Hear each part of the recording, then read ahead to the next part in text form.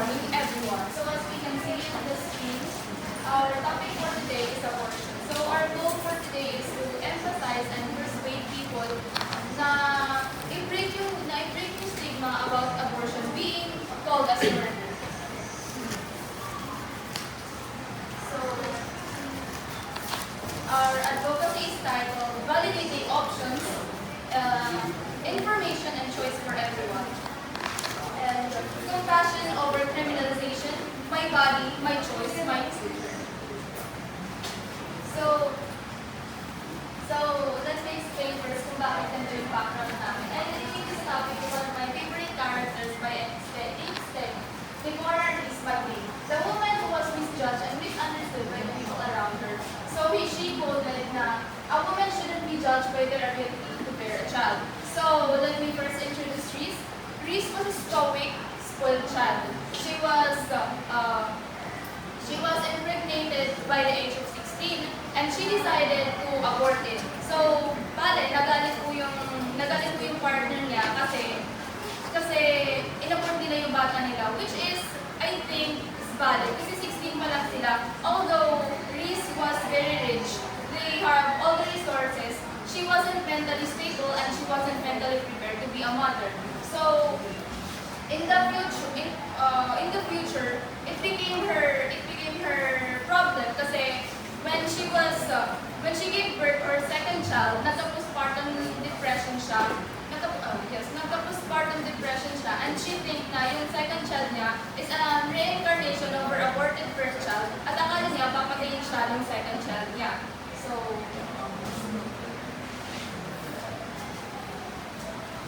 the word murder is not casualized here. In the specific criminal charges, where homicide will be considered murder, and it is most of the legal person. Legal personhood, literally on modern legal system, is a fetus is legally distinct from a born person. As the legal scholar Lawrence Strauss notes, the Constitution grants protections to a person at birth, not before. A fetus does not possess independent legal rights, understanding that would equal qualify depending as murder. It's a criminal sin. Para sa legal na may umuli, bilang murder bilang isang homicide, dapat ay kilalanin ng biktima bilang legal na tao sa ilalim ng batas. Ang talakayan pagkatapos ay nakatuon sa konsepto ng legal na katauhan. Sa karamihan ng mga modernong legal na sistema, ang isang fetus ay tinuturing na legal na naiiba sa isang taong naiiba. Binabanggit ng teksto ng legal scholar ni Lawrence Wright na nagpapaliwanag ng mga proteksyon sa konstitusyon ay nalalaman sa isang tao. Simula ng kapanganakan, hindi na ba? Dahil sa legal na kaulugan nito ay ang fetus ay walang independente legal na karapatan o legal na katayuan sa akumubas ng isa pinanganak na individual. Bilang sa resulta, ang pagtatapos ng pagbubuntis ay hindi nakatulong sa legal na kapamantayan ng kailangan na may uri bilang pagpatay. Sa karamihan na kahulugan, ang argumento ay pinapakita ay batay sa mga legal na kahulugan sa halip ng moral na emosyon na ang mga pananaw ay nagbibigay din sa kung paano naiiba ang batas sa pamamagitan ng legal na katawan at biological na kahulugan. So, let me break this down for you. In a novel, names and titles are everything. You don't call a man a traitor when he doesn't even betray a blood oath, or there was not even an oath that existed. Similarly, the law does not use the word murder lightly. So, think of murder as a heavy iron crown. The law only places that crown into a situation where the victim is a legal person. To the law, a person is someone who has taken their first breath, felt the cold air, and looked at the sky.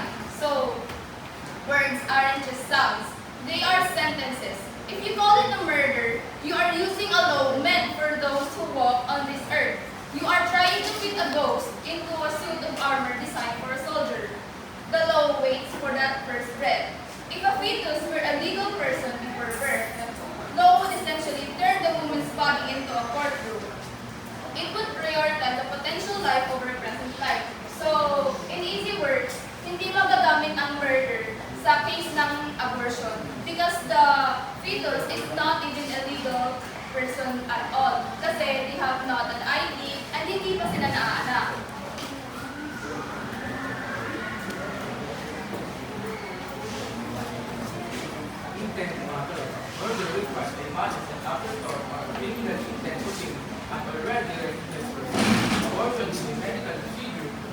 obviously complex. Issue like safety, survival, possible circumstances, or the lack of resources. To raise a child, treating them as the same to raise the two. Non-criminal intent involved. Calling abortion a murder is an act of emotional training, not as a statement of illegal facts. It is designed to stigmatize the medical procedure. So, intent means the reason or purpose behind an action. Murder involves a clear and deliberate intention to kill another person. This is why murder considered as a serious crime. Meanwhile, in other countries, abortion is a medical procedure. It is usually chosen because of difficult circumstances, such as health risk, safety concern, and lack of resources. Not because of a desire to harm or kill. Since the intention behind murder and abortion are very different, treating them as the same ignores the real reason involved. Calling abortion a murder is a often used to trigger a strong emotion rather than to explain the issue in a fair or legal way. Example, murder. A person can intentionally kill someone out of rage, hate, or revenge, while abortion, a woman decides to undergo a medical procedure because continuing the pregnancy could endanger her life or because she cannot safely provide for the child. In short, although some people may see this action as similar, the intention and situation behind them are very different. And those different are important because different matter.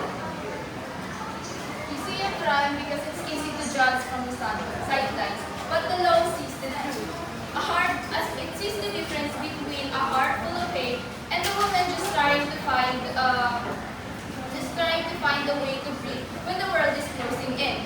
Calling a medical procedure a murder is an emotional trap, not a legal fact. It is designed to make the woman feel small. And remember, don't let their labels become your reality. In the eyes of the law, your survival is not a crime, it's your right.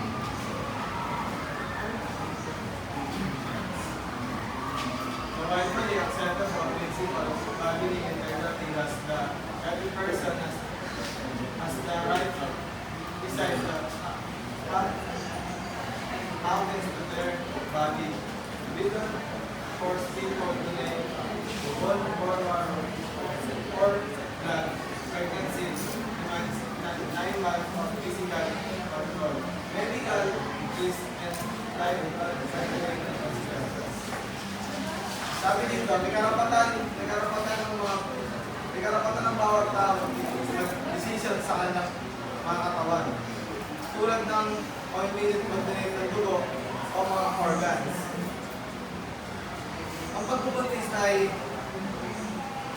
may panganib o mga epekto sa buhay kaya dapat igalang ang personal na decision. Lahat ng tao ay kanyang kayang buhay ng isang bata. At kung para sa kanila ay mas mahirapan silang magkaanak, mas pinili nilang itigil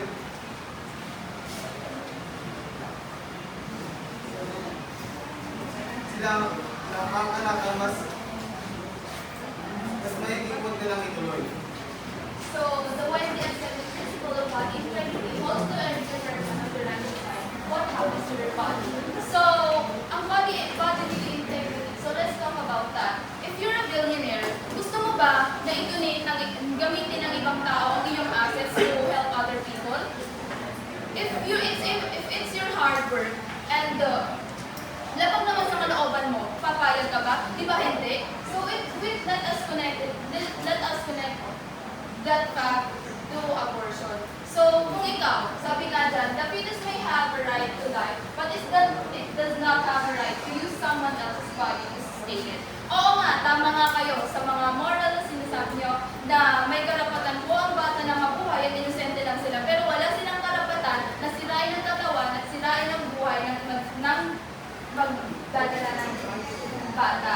So imagine being told to give up your health, your dreams, and your body just because someone else needs it to survive. That's not love, that's pure manipulation. You wouldn't reach, so you can reach into my chest and take my heart because your heart is broken. So why do you think you can take my time and body for 9 months? My life isn't a resource, it's my own sky. So, ito nga, gusto nila yung prutas, pero hindi nila tinatanong kung yung puno ba ay gusto mong magdala ng prutas.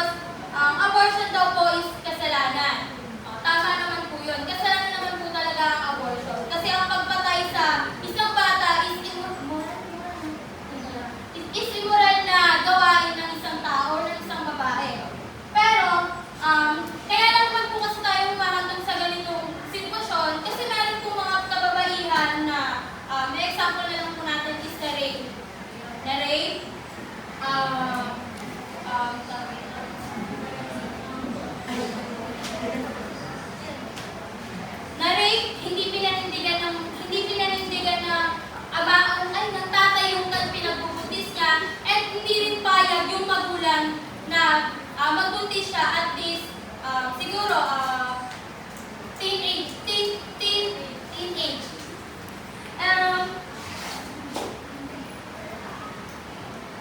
Lahat po tayo dito is against. Pero meron pong explanation about that. So, sa una pong pagbubuntis, which is ang first month na pagbubuntis po is fetus pa lamang po yung baby. Which is hindi yun kasalanan or hindi yun moral na sin na gagawin mo kasi ang fetus po na bata is wala pa po siyang kamalayan, kaisipan at karamdaman na para ipahayag kung ano yung nararamdaman niya or para magkaroon siya ng awareness sa mundo. And hindi pa ito nakakaramdam na kapag hindi pa nakakalawa tulad ng isang taong buhay at gising ang isip. Dahil dito, pagtapos ng pagbubuntis sa ganitong maagang ito, hindi katulad ng pagpatay sa isang taong may kamalayan at emosyon. As former Supreme Court Justice Ruth Bader Ginsburg argued the remain of the individual. The government has no business in telling a what to do with her own body. And yes, tama naman po talaga yun. Kagaya ni sabi ni Wena kanina, abortion is not a crime. It's a right. Ang desisyon tungkol sa katawan ng babae hindi dapat pakailaman ng gobyerno. Dahil ito ay personal na karapatan, ipinapakita nito na mas pinapahalagahan ang lipunan ng karapatan at dignidad ng babaeng buhay at may kamalayan kaysa sa potensyal ng buhay ng fetus na wala pa namang consciousness. Sa madaling sabi po, ang abortion sa early stage ay hindi tinuturing na murder dahil wala pang sentience ang fetus at ang karapatan ng babae sa sariling katawan ang mas binibigyang protection. When people are trained on moral or religious beliefs that life begins at conception, those beliefs cannot override the established legal rights, medical safety, and personal freedom of pregnant individuals. A moral belief is not a universal truth, and it should never be modified to control someone else's truth. Abortion is a medical decision in health, safety, and personal circumstance where there is a violent criminal act commitment against a legal person. Reading the Lucas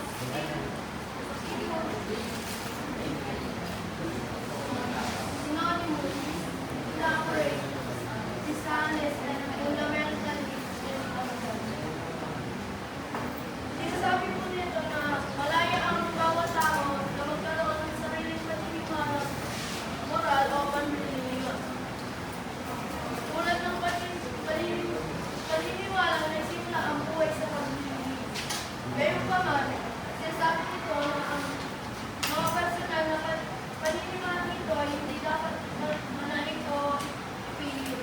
Labas ang hiliran na legal na karapatan, kaligtasang medical at personal na kalayaan. So personal beliefs are like stars in the sky. They are the individual's helper to find the path, but the stars do not own the sky. So you want to think as abortion as a crime because you want to feel like a god or a hero, but there is no heroism kapag you're forcing a woman to bear a child that she can't even carry. So, personally, hindi ko nagigits yung nagsasabi sa Facebook ng mga post, lalo na sa lalaki. Kasi first of all, dapat walang opinion ang lalaki sa abortion because hindi naman sila ang nagdadala ng bata. Wala silang karapatan na magdiktahan ng babae kung ano ang dapat nilang gawin. And if kapag yung magpapalaglag ng bata is a crime, then men leaving the pregnant woman should be a crime too. So, sinasabi nilang pro-life. Pro-life kasi may paki sila sa protection ng bata. So, why do you call it a pro-life kung wala kang pakialam sa magiging health ng ina? Paano na lang if it's a life and death situation, if both mamamatay during childbirth? Ano matatawag mo doon? Murder ba? Di ba hindi. So, abortion is a medical decision rooted in health, safety, and personal circumstance. So, sabi ko nga, alam ko na sa inyo dito, may mga religious ay